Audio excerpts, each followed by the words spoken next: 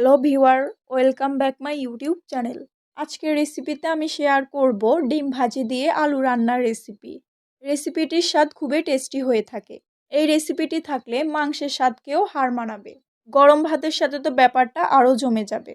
So আমার channel নতুন হয়ে থাকলে চ্যানেলটি অবশ্যই সাবস্ক্রাইব করবেন। ডিম ভাজি দিয়ে আলু রান্নার রেসিপিটি শিখতে চাইলে ভিডিওটি একটু স্কিপ না করে সম্পূর্ণ ভিডিওটি দেখুন। রেসিপিটি রান্না করার জন্য আমি নিয়েছি 2টি ডিম। আপনারা আপনাদের প্রয়োজন অনুযায়ী ডিম নেবেন। এরপর নিয়েছি আলু আমার মতো করে কেটে নেবেন। 2 পিস ডিমের জন্য আলু নিয়েছি বড় সাইজের 4টি আলু। এরপর নিয়েছি টমেটো কুচি। এরপর নিয়েছি জিরা বাটা। এরপর নিয়েছি রসুন বাটা ও এরপর নিয়েছি আদা বাটা। এরপর নিয়েছি পেঁয়াজ কুচি। এইখানে 2 পিস পেঁয়াজের কুচি আছে। এরপর নিয়েছি কাঁচামরিচ। প্রতিটি পিস কাঁচামরিচকে 1/4 করে কেটে নিয়েছি। সর্বশেষ নিয়েছি ধনেপাতা কুচি। এইবার একটি পাত্রে অল্প পরিমাণে পেঁয়াজ কুচি দিয়ে দিব। এরপর দিয়ে দিব স্বাদমতো লবণ। লবণ পেঁয়াজের সাথে মাখিয়ে নিব। পেঁয়াজ ও লবণ মাখানো হয়ে গেলে 2 পিস ডিম ভেঙে দিয়ে দিব। এখন ডিম 2টা ম্যারিনেট করে নিব। এখন ডিম ভাজি করার জন্য ফ্রাই প্যানে অল্প পরিমাণে সাদা তেল দিয়ে দিব। তেল গরম হয়ে গেলে ম্যারিনেট করা ডিমের অর্ধেকটা দিয়ে দিব। এইবার ডিমটা ফ্রাই প্যানের প্রতিটি সারফেসে ছড়িয়ে নিব। এতে করে ডিম অনেক বড় হবে। ডিমের উপরের অংশ হালকা কাঁচা থাকা অবস্থায় পাটিসাপটার মতো করে ভাঁজ করে নিব।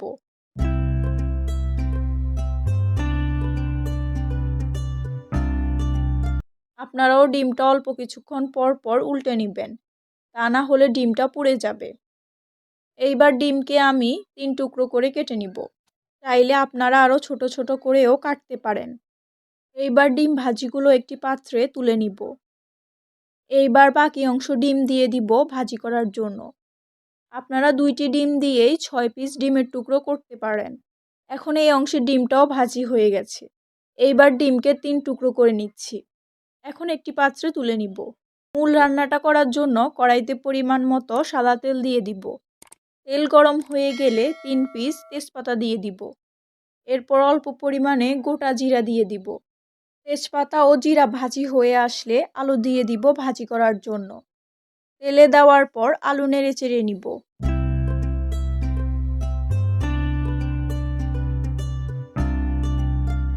আলু অল্প কিছুক্ষণ ভাজি হওয়ার পর 1 চা চামচ লবণ দিয়ে দিব। এরপর হাফ চা চামচ হলুদের গুঁড়ো দিয়ে দিব।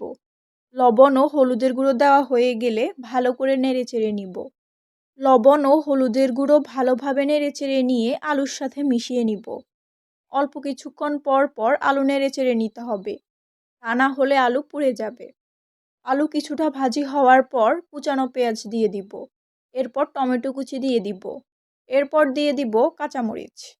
এখন পেঁয়াজ, টমেটো ও কাঁচামরিচ ভালোভাবে নেড়ে চেড়ে নিব এবং নেড়ে চেড়ে নিয়ে পেঁয়াজ, টমেটো ও কাঁচামরিচ আলুতে মিশিয়ে নিব। বেশ কিছুক্ষণ আলু নেড়ে চেড়ে নেওয়ার পর জিরা বাটা 1 চা চামচ দিয়ে দিব। এরপর আদা বাটা 1 চা চামচ দিয়ে দিব। এরপর দিয়ে দিব রসুন বাটা 1 চা চামচ। এরপর 1 চা চামচ মরিচের গুঁড়ো দিয়ে দিব। এইবার সবগুলো উপকরণ আবারও ভালো করে নেড়ে চেড়ে নিব। ভালোভাবে নেড়ে চেড়ে নিয়ে জিরা, আদা ও রসুন বাটা আলুর সব দিকে মিশিয়ে নিব ভালো করে।